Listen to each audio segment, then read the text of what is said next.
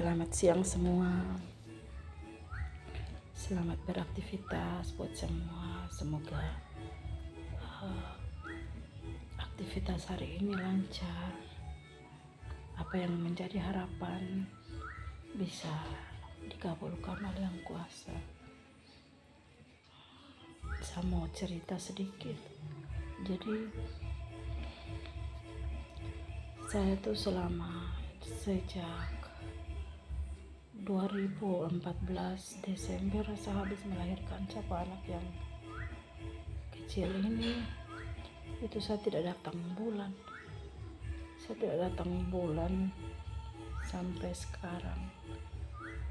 Bukan tidak datang bulan sama sekali, pernah datang bulan, cuma setahun itu 1 atau 2 kali saja. Jadi dulu awal-awal anak sudah lepas, sudah tidak menyusul lagi, sudah sapi anak.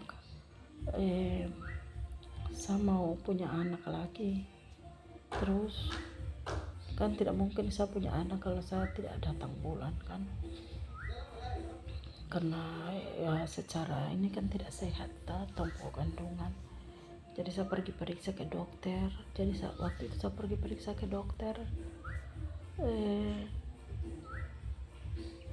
katanya ada kista. Jadi saya harus berobat karena mau operasi, tapi katanya masih kecil-kecil, jadi tidak bisa operasi, kasih berobat saja, katanya begitu.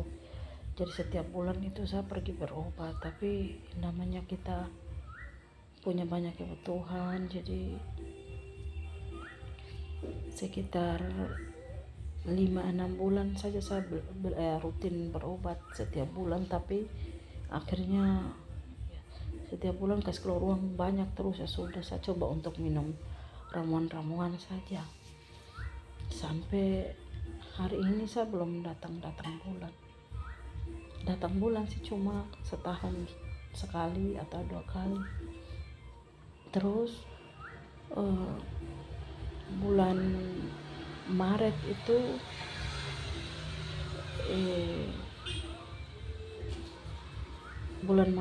saya rebus daun sirih, kunyit sama serai. Saya minum rutin. Pagi saya minum sebelum apa-apa masuk di perut, siang saya minum, malam mau tidur saya minum. Akhirnya saya datang bulan. Tuh darah tuh gumpal sampai banyak sekali. Ya saya pikirnya ya berarti saya cocok dengan obat itu, jadi nanti pasti lancar toh. Tapi setelah itu dia kembali lagi, tidak datang bulan lagi. Terus bulan berikutnya itu bukan bulan berikutnya, masih dalam bulan Maret itu sapu perut itu kembung karena tidak buang angin, tidak buang air besar. Jadi sapu perut itu kembung. Saya tidur juga telentang saja, saya balik kiri tidak bisa, balik kanan tidak bisa karena sakit. Saya berdiri lurus juga tidak bisa, jalan cepat juga tidak bisa. Namanya sakit itu mungkin saya baru alami, jadi saya tidak tahu itu sakit apa. Sudah kebetulan di sini itu ada klinik di kantor imigrasi sini tuh, di perbatasan sini tuh ada klinik. Jadi saya pergi ke sana karena kebetulan ada dokter. Jadi saya pergi ke sana. Saya sampai ke sana, kata dokter, ibu usus buntu. Jadi kalau bisa tuh ibu nanti habis minum obat ini, ibu ke kota, ibu ambil rujukan dari puskesmas tempat domisilinya ibu, terus nanti ibu ke rumah sakit besar untuk operasi karena takutnya dia pecah. Sudah, saya ini paling takut yang namanya alat-alat di rumah sakit itu. Saya paling takut, mau untuk cabut gigi atau untuk apapun, kecuali untuk melahirkan ya mau tidak mau. Tapi kalau bilang lihat alat-alat itu, sering kali saya mau cabut gigi sampai dokter gigi. Saya sering tuh sudah masuk ke ruangan saya alasan buang air itu saya hilang terus karena saya takut lihat itu gunting ke apakah itu, saya takut. Makanya dokter itu bilang operasi itu saya sudah pikiran itu saya takut, apalagi di sini itu tidak ada siapa-siapa, cuma ada pokoknya yang mungkin bikin saya kuat itu keluarga, tapi keluarga saya mama, bapak, atau adik kandung atau anak kandung itu yang mungkin bikin saya kuat, mungkin saya berani kalau dong ada di samping saya tuh saya berani operasi. Tapi kalau tidak tuh saya tidak berani, saya takut, bukan takut mati tapi macam bagaimana ya, saya pikir anak kecil ini. Jadi sudah akhirnya saya putuskan untuk saya searching saja obat-obat di Google, atau saya tanya-tanya orang obat kampung apa yang bisa diminum untuk mengatasi itu. Saya coba ambil terus saya masak minum.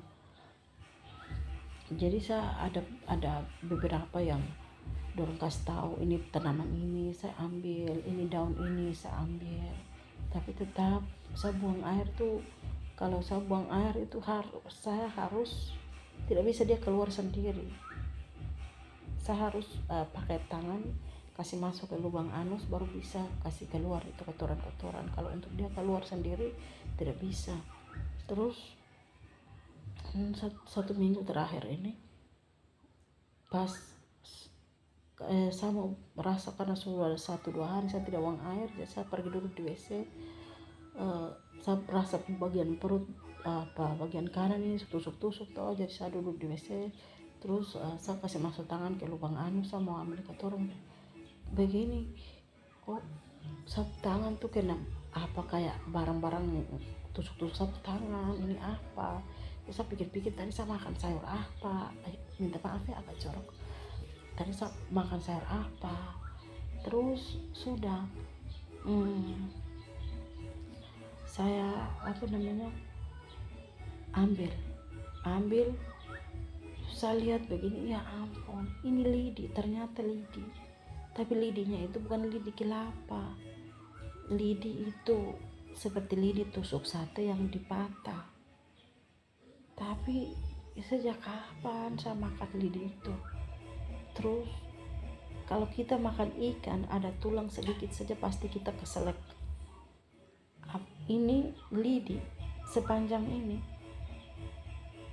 hampir 2 cm kan, sepanjang ini.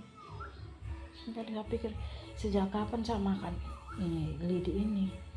Ya saya cuci terus saya mau kasih tunjuk pace, tapi saya taruh begini dia jatuh ulang ke kloset. Sudah saya jijik, jadi saya tidak ambil. Jadi saya hanya kasih tahu pace saja, tidak kasih tunjuk itu lidi. Terus 3-4 hari kemudian saya buang air lagi, saya rasa macam seperti itu lagi, ada tusuk-tusuk lagi. Saya kasih masuk tangan begini, saya kasih keluar begini, ini ternyata ada lagi, tapi dia itu bukan lidi tapi seperti tulang ikan, tapi tulang ikan yang besar. Jadi bentuknya itu seperti T besar, bentuknya seperti T besar, lurus terus ada palang tengah begitu, di atas begitu.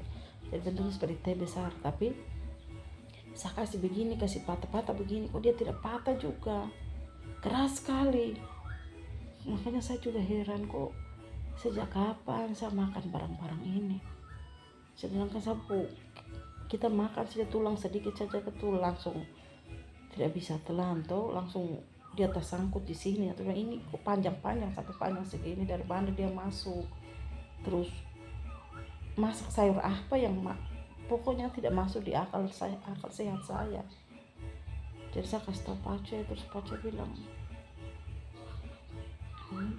bagaimana ini, makan lidi itu tidak masuk akal sekali. Saya bilang iya betul. Makanya ini saya sudah beranikan diri untuk ke rumah sakit. Nanti besok atau lusa ini kita ke rumah sakit untuk periksa itu apa namanya, periksa usus buntu, terus periksa untuk yang itu yang tidak datang bulan itu, karena juga ada sakit yang berkaitan dengan itu yang saya tidak bisa ceritakan di sini. Ya, bapak bilang itu ke kampung untuk berobat, tapi saya mau pergi sendiri. Saya ingat anak, saya mau bawa anak, pacar tidak mau. Saya bingung, makanya saya berapa hari ini saya mau bujuk anak, saya mau kasih tahu dia baik-baik, ini mama sakit, jadi Fani tinggal dengan bapak, mama pulang ke kampung berobat, nanti mama sembuh baru mama balik. Kan saya bilang di Pace, Mbak, kalau macam saya di kampung saya berobat tidak sembuh terus saya meninggal, anak-anak di sini itu dong rasa itu macam sudah apa namanya biasa, karena jangan ambil banyak anak, makasih, sudah biasa karena saya kasih tinggal dong ke kampung tuh, tapi kalau saya macam ada apa terus saya meninggal di sini tuh kasihan dorang. Makanya ini besok lusa ini saya mau periksa ke dokter, jadi saya bilang Pace tong periksa duluan yang mana, jadi Pace bilang terserah kau saja, ya periksa duluan yang satu atau yang usus buntu, yang mana dulu yang ditangani ya oke ya itu. Jadi minta doa dukungan dari semua teman-teman yang di kampung yang mungkin kamu pikir saya baik-baik di sini, itu saya tidak baik-baik. Saya sakit sudah dari 2015, tapi karena situasi jadi saya bertahan di sini begitu. Jadi minta doa dari semua keluarga, teman-teman orang untuk doakan saya. Kalau untuk meninggal itu saya sudah siap. Kapan saya cuma meninggal ya kita meninggal, karena memang kita manusia ini kan hanya bertamu di dunia ini.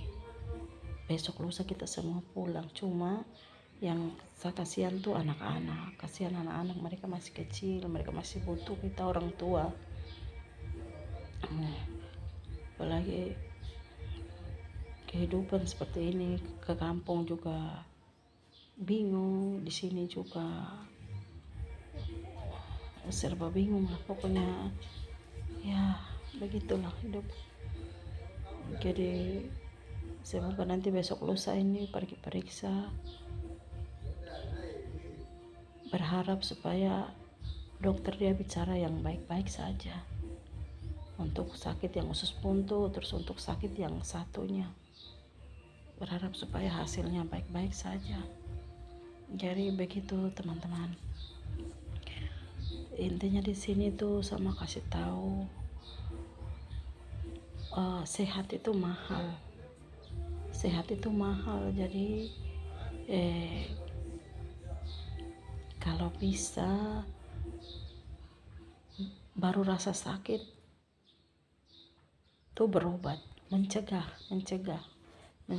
itu lebih baik orang bilang daripada mengobati, karena memang betul kalau dari awal kita tidak cegah, lama-lama ya yang ada begini saja, kita pasrah mau sembuh atau menuju ke kematian, ya mau bagaimana. Jadi begitu untuk teman-teman, kalau rasa sakit apa-apa, punya uang, berobat.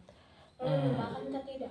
Makan tuh, berobat. Terus kalau macam suami dong, kalau istri sakit juga jangan ingat uang, bawa istri pergi berobat.